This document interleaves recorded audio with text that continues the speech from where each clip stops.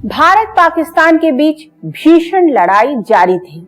युद्ध से पहले तत्कालीन आर्मी चीफ सैम मानेकशॉ का अनुमान था कि ढाका तक पहुंचने में भारतीय फौज को करीब महीने भर लग जाएंगे, मतलब युद्ध 1 महीने तक चलेगा। लेकिन युद्ध शुरू होने के 1 हफ्ते के भीतर ही भारतीय फौज के जनरलों को समझ में आ गया कि पाकिस्तान का गेम ओवर हो चुका है। दरअसल हर मोर्चे पर भारतीय फौज के आक्रमण के आगे पाकिस्तानी सेना के पैर उखड़ रहे थे।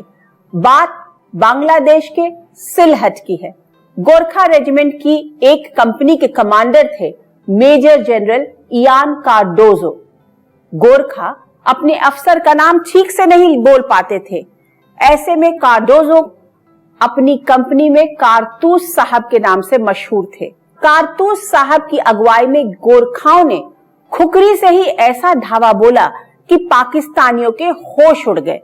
सिर्फ 750 गोरखा जवानों ने पाकिस्तानी फौज के 7000 जवान और अफसरों को सरेंडर के लिए मजबूर कर दिया। इसी युद्ध के दौरान मेजर जनरल कार्डोजो का एक पांव एक लैंड माइन पर पड़ गया। इलाज के लिए वहां कुछ नहीं था।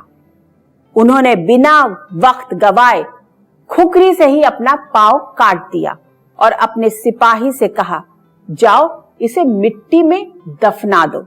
ऐसे जांबाज फौजियों को न्यूज़ 24 का सलाम।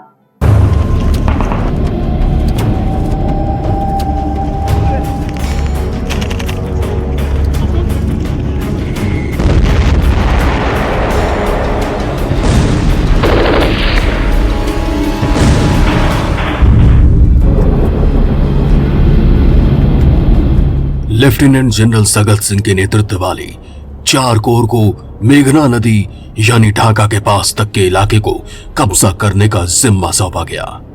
इस कोर में गोरखा राइफल्स भी थी, जिसकी एक कंपनी के कमांडर थे मेजर इयान कार्डोजो। गोरखा जवानों के साथ मेजर कार्डोजो अट्टग्राम पर कब्जा करने आगे बढ़े। लड़ाई मुश्किल थी, लेकिन कमांडर को अपने सिपाहियों पर पूरा भरोसा था।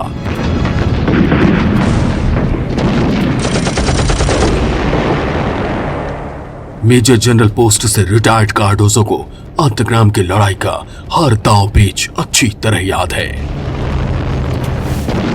This is the last khukri attack in the history of the world. जो हमारे सिपाही को हमने शिवन साहब ने ये हुक्म दी कि आप बंकर के ऊपर चढ़ेंगे, ग्रेनेड अंदर फेंकेंगे, ग्रेनेड एक्सप्लोड करने के बाद खुकरी लेकर साफ करो। उस लड़ाई में हमने 32 पाकिस्तान को खुकरी के साथ मारा।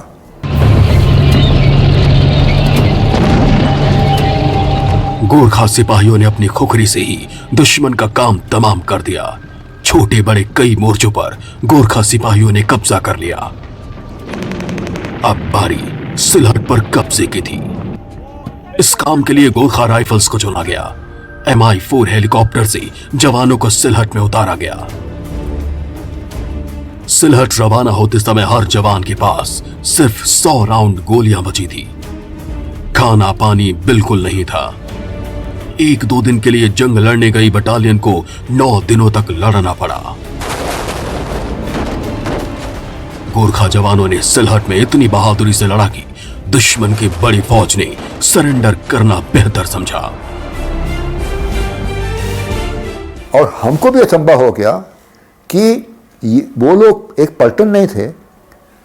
202 Pakistan brigade, 313 Pakistan brigade, Sylhet garrison, 3 brigadier, 193 officer, 267 JCO और 8000 फौज सोल्जर्स सरेंडर टू अस।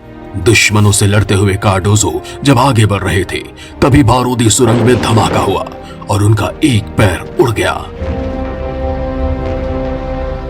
हालात कुछ ऐसे बने कि कार्डोजो ने खुद ही खुकरी से अपना पैर काट डाला। मैंने मेरा हेल्पर को, बैटमैन बल बहादुर को बोला, बल बहादुर मेरा खुकरी कहाँ है? साहब ने बोला ये है साहब। मैंने बोला उसको काटो।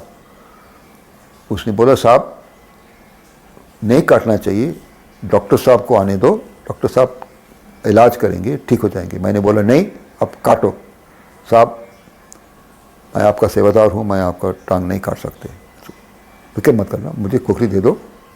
और खुखरी दे दिया मुझे, मैंने खुद अपना टांग काट लिया। अपने अफसरों के बहुत समझाने पर कार्डोजो अपने कटे पैर का इलाज एक पाकिस्तानी डॉक्टर से करवाने के लिए तैयार हुए। 11 दिसंबर 1971 की शाम तक भारतीय फौज को लगने लगा कि अब युद्ध मुश्किल से 3-4 दिन और चलेगा। पूर्वी पाकिस्तान में भारतीय फौज सीधे ढाका की ओर देख रही थी। मेमन सिंह और जमालपुर पर भारतीय जवानों का कब्जा हो चुका था, लेकिन ढाका पहुंचने के लिए तंगेल पर कब्जा करना जरूरी था। पाकिस्तानी फौज जहां जहां पीछे हट रही थी, पुल और सड़क बर्बाद करती जा रही थी, जिससे भारतीय जवान आसानी से आगे नहीं बढ़ पाए।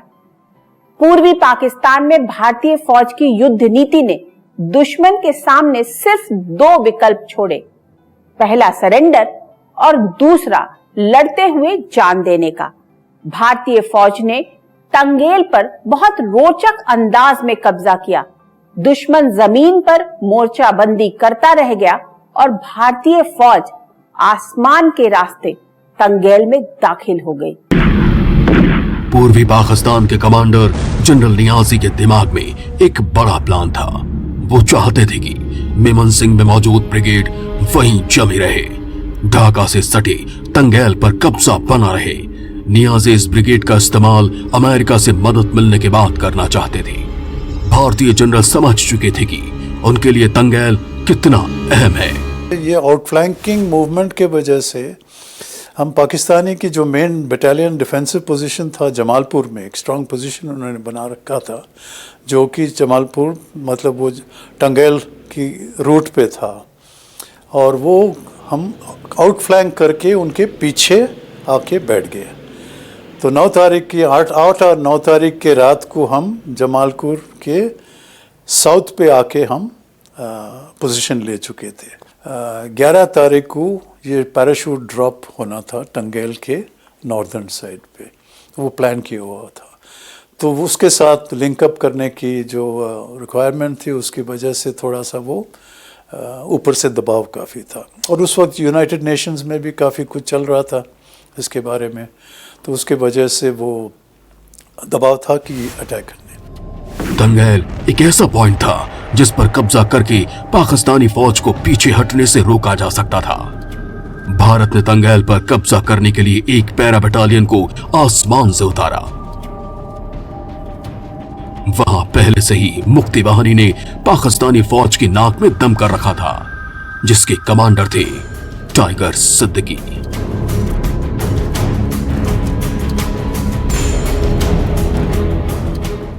पैरा बटालियन ने जमीन पर उतरते ही तंगेल पुल पर कब्जा कर लिया। नदी के घाटों पर भी पैरा बटालियन के जवानों का कब्जा हो गया।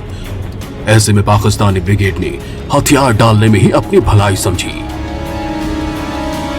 लेफ्टिनेंट जनरल नियाजी का ये दाव भी बेकार गया। अमेरिका चाहकर भी पाकिस्तानी फौजियों की मदद नहीं कर पा रहा था। इंडियन आर्मी ने एयरफोर्स से कहा कि वो पैरा ड्रॉप करना चाहते हैं इस एरिया में।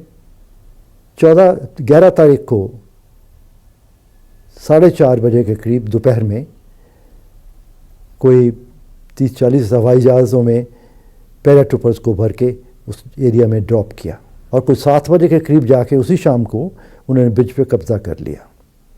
कब्ज़ा करने के बाद पाकिस्तानियों को पता लगा कि हिंदुस्तानी फ़ौज यहाँ तक पहुँच गई है। जमालपुर की ओर से आगे बढ़ती भारतीय ब्रिगेड पैरा बटालियन से मिल गई। अब ढाका चारों ओर से घिर चुका था। भारतीय फौज की मर्जी के बगैर न कोई ढाका के भीतर दाखिल हो सकता था और न ही वहां से कोई बाहर निकल सकता था। भारतीय सेना धीरे धीरे ढाका के करीब पहुंच चुकी थी। दूसरी ओर दिल्ली में बैठे आर्मी चीफ सैम मानेकशॉ ने पाकिस्तान पर मनोवैज्ञानिक दबाव बनाना शुरू कर दिया।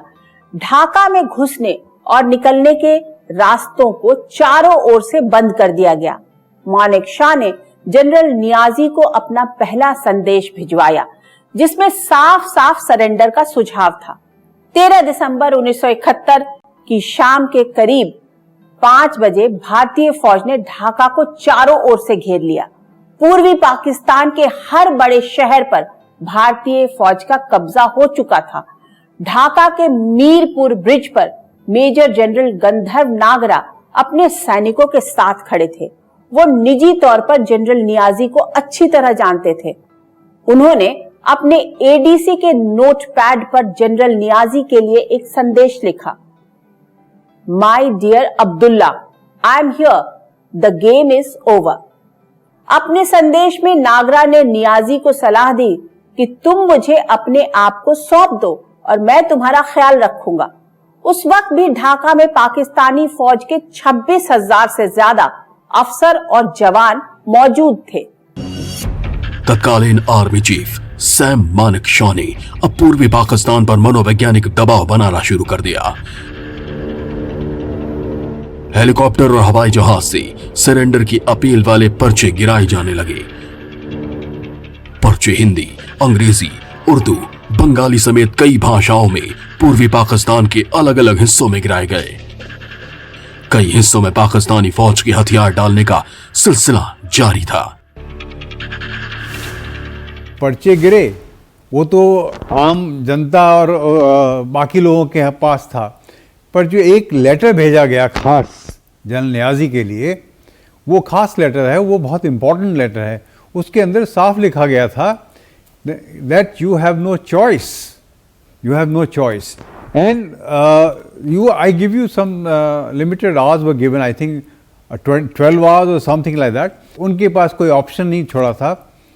तो उसमें क्या कि काफ़ी वो धंस गए थे अपने ख्यालात में। तो मानेकशॉ ने पहले तो उनसे ये कहा कि भाई देखो, अब तुम चारों तरफ से घिर चुके हो, चारों तरफ से ना एयर से, ना समंदर से, ना ज़मीन से आपकी कोई मदद आ सकती है। जिन पे आप उम्मीद लगाए बैठे थे, चाइना और अमेरिका सब वो सब आपको जवाब दे चुके हैं। कोई फ़ायदा नहीं आपको अब लड़ने का। मेजर जनरल फरहान अली पूर्वी पाकिस्तान के गवर्नर के सलाहकार थे। हालात भांपते हुए फरमान अली ने गवर्नर के जरिए संयुक्त राष्ट्र से फौज समेत दूसरे सिविल अफसरों को पाकिस्तान भेजने की अपील की। उन्होंने प्रांत में चुनी हुई सरकार स्थापित करने की मांग भी की। इससे पहले कि सुरक्षा परिषद कुछ सोच विचार करती, पाकिस्तान के तत्कालीन राष्ट्रपति याह्या खान ने अपील वापस ले लिया। पूर्वी और पश्चिम दोनों ही मोर्चों पर लगातार मिल रहे झटकों से पाकिस्तान बेचैन हो गया। राष्ट्रपति याह्या खान की आंखों के सामने कराची तबाह हो गया। उनके पाकिस्तान में ढाका की सीमा तक भारतीय जवान पहुंच चुके थे। ऐसे में पाकिस्तानी वायुसेना ने पूर्वी मोर्चे से भारत का ध्यान हटाने के लिए एक और बड़ा हमला करने का प्लान तैयार किया। पूरी प्लान के साथ पाकिस्तानी वायुसेना के लड़ाकू विमानों ने टेक ऑफ किया।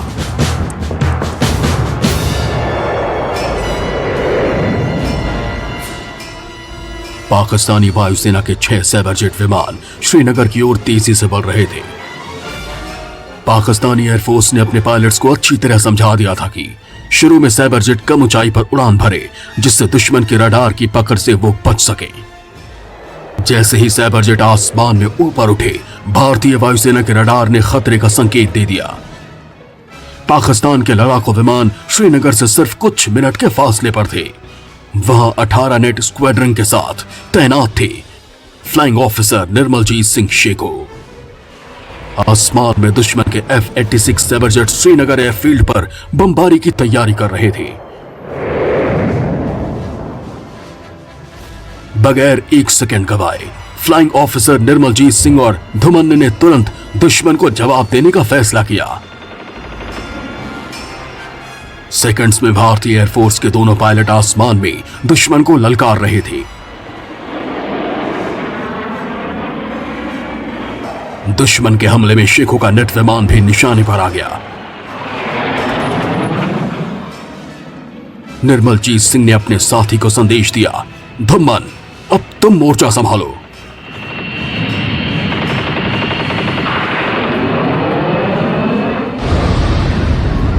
श्रीनगर की रक्षा करते हुए परमवीर फ्लाइट लेफ्टिनेंट निर्मलजीत सिंह शहीद हो गए।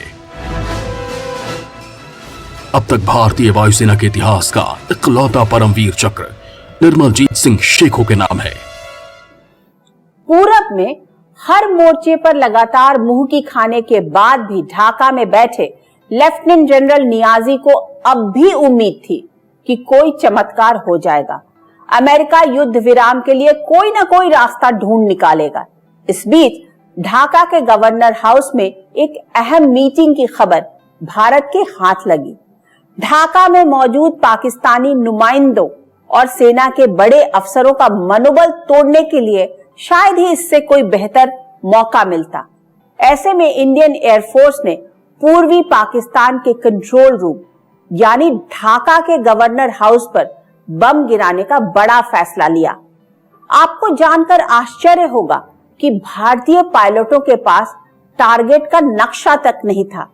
एक टूरिस्ट मैप की मदद से हजारों फीट की ऊंचाई से भारतीय वायुसेना के पायलटों ने टारगेट को खोज निकाला। दिन में करीब 11 बजे 14 दिसंबर को ढाका के गवर्नर हाउस में एक अहम बैठक होनी थी, जिसमें पाकिस्तान के सभी बड़े अधिकारी हिस्सा लेने वाले थे। इस मीटिंग की खबर भारतीय फौज को पहले ही लग चुकी थी।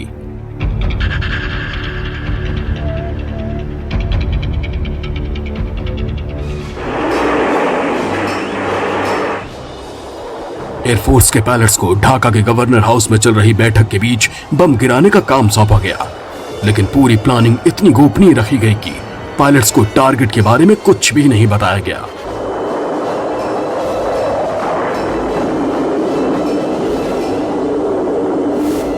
भूप बिश्नोई एक सीईओ हैं थे उस टाइम में मिग स्क्वाड्रन के, और उनको ये काम दिया गया कि यहाँ पर अटैक करना है गवर्नर हाउस में। तो ना हमारे पास उनके पास मैप थे ना कुछ था, और इट वॉज टॉप सीक्रेट कि किसी को बोलना भी नहीं है, बताना भी नहीं है, क्योंकि अगर ये मैसेज लीक आउट हो जाता है तो फिर उसका जो महत्वपूर्ण चीज़ रहती है अटैक की वो ख़त्म हो जाती है। इंडियन एयरफोर्स के पायलट्स को ठीक 11:20 पर ढाका में गवर्नर हाउस पर बम गिराना था। पायलट आसमान में अपने फाइटर जेट के साथ पहुंच तो गए, लेकिन उनके पास गवर्नर हाउस का कोई नक्शा नहीं था। एक टूरिस्ट मैप की मदद से पायलट्स को अपना टारगेट ढूंढना था, और यह काम सिर्फ 3 मिनट के भीतर ही करना था। मैंने देखा दूर से एक अफसर भागा आ रहा है, हाथ हिलाता हुआ, उसके हाथ में कागज़ भी था। मैंने हवाई जहाज़ रोक दिया, अपने कैनोपी खोली, और ये ऑफिसर मेरे पास आए, कहने लगे sir this is a message for you. मैंने क्या मैसेज है? उन्होंने कहा कि चेंज इन टारगेट। मैंने कहा bag your pardon, change in target? कहता जी हाँ, ये सर्किट हाउस नहीं है, आपको गवर्नर हाउस पे अटैक करना है। टेक ऑफ के बाद में मैं ये मैप निकाला और ये गवर्नर हाउस को ढूंढने लगा। मुझे नहीं मिला मैप। कई बार मैप को राइट से लेफ्ट, ऊपर से नीचे, सब तरह से टटोला, लेकिन ये जगह नहीं मिली। लेकिन ढूंढते ढूंढते मुझे एक जगह मिली जिस पे लिखा हुआ था गवर्नमेंट हाउस। मैं पहला था जिसने अटैक किया करना था, तो मैंने उस डोम को अपना टारगेट बनाया। मैंने अपना जो गन साइट थी वो डोम के बिल्कुल बेस में रखी और 16 रॉकेट्स दागे। ये रॉकेट्स डोम के बिल्कुल बेस में जाके लगे, छत के ऊपर।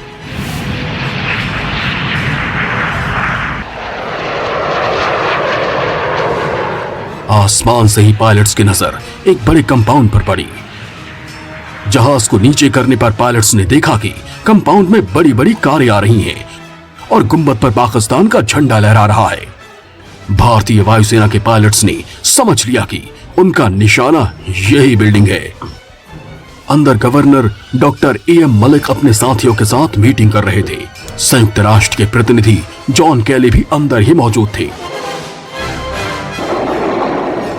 गवर्नर हाउस पर भारतीय लड़ाकू विमानों से दनादन रॉकेट गिरने लगे। कैंपस में मौजूद हर शख्स अपनी जान बचाने के लिए इधर उधर भागने लगा। भारतीय विमान गवर्नर हाउस पर लगातार रॉकेट गिरा रहे थे। 1, 2, 10, 50 नहीं, 250 से अधिक रॉकेट दागे जाने के बाद भी गवर्नर हाउस की बिल्डिंग गिरी नहीं। गवर्नर मलिक अपनी जान बचाने के लिए एक बंकर में घुस गए थे।